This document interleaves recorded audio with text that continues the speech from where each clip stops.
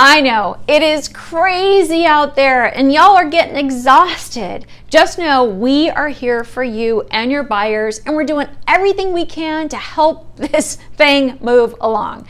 So here's a few tips that I am talking with agents about almost daily, and I thought it might just be good to kind of share them so everybody's kind of thinking about this. Obviously, not all of these will work in every single situation, but just having them top of mind might be helpful. So one, from a buyer's pre-qualification standpoint, making sure that their lender, if it's not us, because we're doing this, but if it's not us as the lender, making sure that the lender is truly showing people what it looks like if the house is likely not to appraise for the purchase price. Because remember, from a lending perspective, the down payment will come from the lower of the purchase price or the appraised value. So let's say it's a $600,000 purchase price, the house appraises at $550,000, and you as agents, you guys have a pretty good handle on what you think that the house is going to appraise for.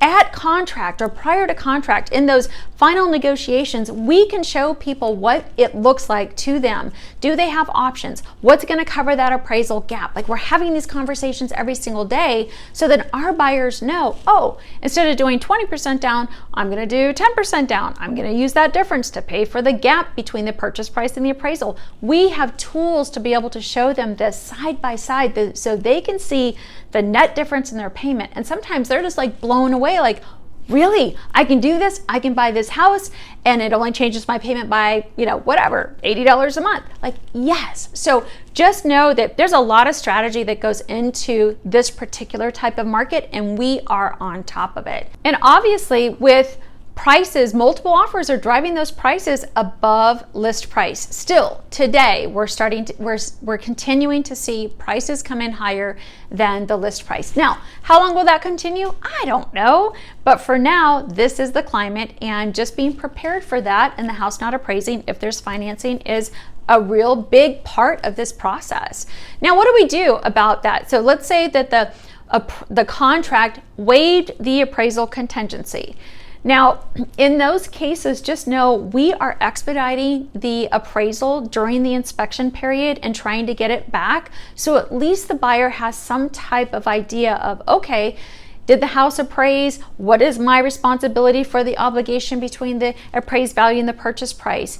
So obviously the buyer has to be okay with us ordering the appraisal out of the gate. Generally, there's a fee to rush the appraisal, but our appraisers are fantastic and they are getting the job done. So if that helps to bring some comfort to your buyers so they understand their exposure if they did waive the appraisal contingency, then just know it can happen in our world. So let's say that your buyer does have the ability to pay cash. They don't want to pay cash, but in order to win, they're willing to pay cash. In that scenario, we are running a home loan behind that cash offer as long as the seller and the listing agent are okay with it. So here's how that looks. The offer is written as cash. The selling agent is letting the listing agent know that the buyer is still going to proceed with a home loan, but they are prepared to pay cash if the lender isn't ready to close on the closing date. So in that case, we're just running the home loan right beside the cash offer. We're still doing all of our stuff.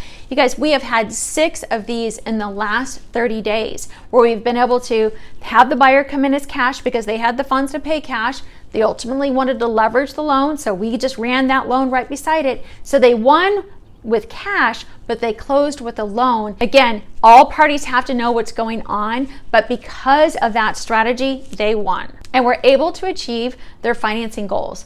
Now, let's say we have had a few where absolutely, nope, the seller would not allow the buyer to pursue a loan during the closing time frame. So in those cases, if somebody does have to pay with cash to win, there are programs out there that will allow somebody to immediately refinance and put a loan on the property. Now, the reason that we don't want to advocate that out of the gate if they can use a loan during the purchase part of the transaction is because that type of delayed financing or financing after they've paid cash, that becomes a cash out refinance, which means interest rates are higher, they end up paying title fees again, etc. So it's not ideal, but it's still absolutely doable. And if it means using cash for them to win, then sometimes that's just the cost of doing business and they're okay with it. Recasting. Now, this is such a great benefit, and I'd say it's probably maybe about, I don't know, 3 to 5 years now where we've been talking about recasting with our clients. This kind of serves as bridge financing.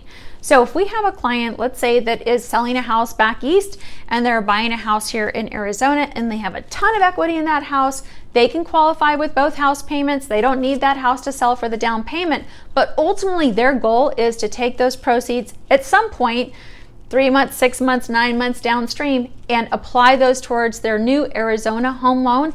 They can do that with recasting, and the key here is recasting is not a refinance. Recasting just means you're taking those funds from the sale of that house, you're going to do a principal reduction, reduce your principal balance, and recasting will have the lender re-amortize the payment based on the new principal balance. Now, there's some criteria to it, but it's very, very cost effective. You're not subject to current market rates. The interest rate on that loan is still in play. We have a lot of people utilizing recasting, and it's just, again, another one of those strategies that helps to combat this crazy real estate market. All right, post possessions, heads up on this. We are seeing a lot of contracts come in with post possessions. From a lending perspective, if the buyer is utilizing a home loan and they are going to be a primary occupant, so it's a primary residence purchase, then they have to be able to occupy that home within 60 days of close of escrow.